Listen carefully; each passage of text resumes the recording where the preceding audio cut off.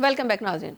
नाज़रीन, कराची की सियासत में एक नया हंगामा खड़ा हो गया है। गवर्नर सिंध की अचानक तब्दीली ने इत्तेहादी सियासत की हवाएं बदल कर रख दी हैं। कामरान टिसोरी की रुखसती और निहाल हाशमी की तकर्रुरी और MQM पाकिस्तान खुलकर सामने आ गई है। साबिक़ मेयर कराची वसीम अख्तर कह रहे हैं कि वजारतें छोड़ देनी चाहिए, पार्टी के जिम्मेदार वज़ीर आज़म से बात करें। और फारूक सत्तार कह रहे हैं ये हमारी रेड लाइन है, फौरी तौर पर हुकूमत को अलविदा कहना होगा। MQM कहती है विफाक ने हमें एतमाद में नहीं लिया, सब कुछ मीडिया के जरिए मालूम हुआ।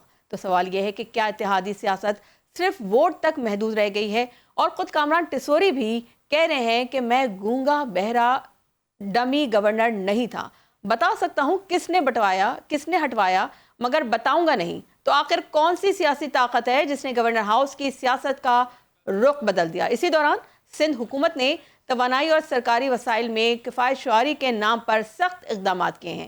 सरकारी गाड़ियों को ज़मीन बोझ, फ्यूल में 50% कमी और अवामी खदमात मुतासर हुए बगैर बिजली, गैस और ईंधन के इस्तेमाल में कमी लाई जा रही है। आज के प्रोग्राम में हम बात करेंगे गवर्नर सिंध की तब्दीली के पसे पर्दा हक़ाइक़, MQM और वफाकी हुकूमत के दरमियान टकराव और ये सियासी हलचल अवाम पर क्या असर डालेगी, क्योंकि कराची में नाज़रीन ये सिर्फ एक ओहदे की तब्दीली नहीं है, ये ताकत, सियासत और मुफादात की नई बिसात है। तो इसी वाले से